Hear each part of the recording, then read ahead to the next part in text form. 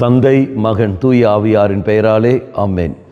இயேசு கிறிஸ்துவின் அன்புமிக்க சகோதர சகோதரிகளை உங்கள் அனைவருக்கும் கிறிஸ்து இயேசுவின் அன்புகளது வணக்கத்தை தெரிவித்துக் கொள்கின்றேன். இந்த நற்செய்தி பாகமானது லூக்கா நற்செய்தி 18ஆம் அதிகாரம் 1 முதல் 8 வரையுள்ள திருவாக்கியங்கள். முதலில் 1ஆம் வாக்கியம். அவர்கள் மனம் தளராமல் எப்பொழுதும் இறைவனிடம் மன்றாட வேண்டும் என்பதற்கு இயேசு இந்த உவமையை சொன்னார். நமக்கு எல்லோரும் தெரியும் அந்த கைம்பெண்ணுடைய உவமை. மனம் தளராமல் ஜெபிக்க வேண்டும் தான் தெய்வம் விரும்புகின்றார்.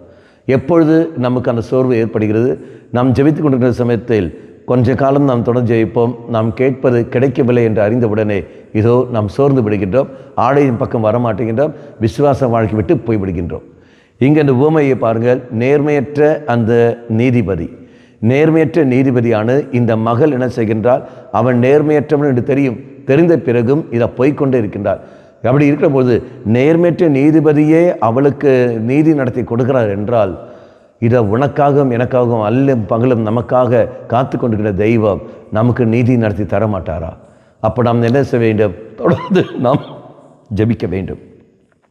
இவ்வாறு இந்த பெண்ணானவள் உரிமையோடு வேண்டுகிறார். எனக்கு உன்னை தவிர வேறு யாரும் இல்லை, நீ எப்படி வேணால் இருந்து போ, நீ நேர்மையோடும் நேர்மையற்றவனோ இரு, எப்படி வேணால் இரு, ஆனால் எனக்கு நீதி நீ நடத்தி தர வேண்டும். எனக்கு இந்த ஊரில் இந்த உலகத்தில் எனக்கு உன்னை விட்டால் வேறு யாரும் இல்லை. இதான் அங்கே நான் பார்க்கணும். உரிமை எடுத்துக்கொள்வது நெய்யும் நானும் அதே உரிமையோடு மன்றாடுவோம். இயேசுவே, எனக்கு உன்னை விட்டால் வேறு யாரும் இல்லை, நான் எங்கு போவேன்? எந்த மனிதரை நான் தேடி போவேன்? எனக்கு நீ மட்டும்தான் இருக்கின்றேன், எனக்கு நீதி நீ நடத்தியே தர வேண்டும் என்று நம் மனம் தளராமல் தொடர்ந்து நாம் ஜெபிக்கின்ற சமயத்தில் இதோ அந்த இடத்தில் நமக்கு வெற்றி கிடைக்கும். ஆகவே ஜெபிப்போம்.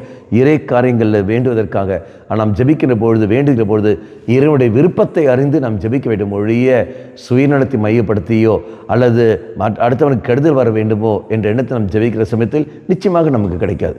நமக்கு எது நல்லதோ அது நிச்சயமாக தெய்வம் தருவார். ஆகவே அந்த நல்லதை பெறுவதற்காக நமக்கு நல்லதல்ல, தெய்வத்துக்கு எது நல்லதோ அது கண்டுபிடித்து நாம் ஜெபிக்க வேண்டும். நமக்கு நல்லது வேண்டியது நாம் ஜெபிக்கிற சமயத்தில் நிச்சயமாக அது கிடைக்காது. சிந்தித்து பார்ப்போம். நல்லவனாய் தெய்வமே, தொடர்ந்து நான் ஜெபிக்க, மனம் தளராமல் இருந்து நான் ஜெபிக்க, உன்னுடைய விருப்பத்தை அறிந்து நான் ஜெபிக்க எனக்கு சக்தியை தாரும். என்னுடைய சுயநலம் உள்ள ஜெபத்தை நீ தாமே எடுத்து மாற்றிலும்.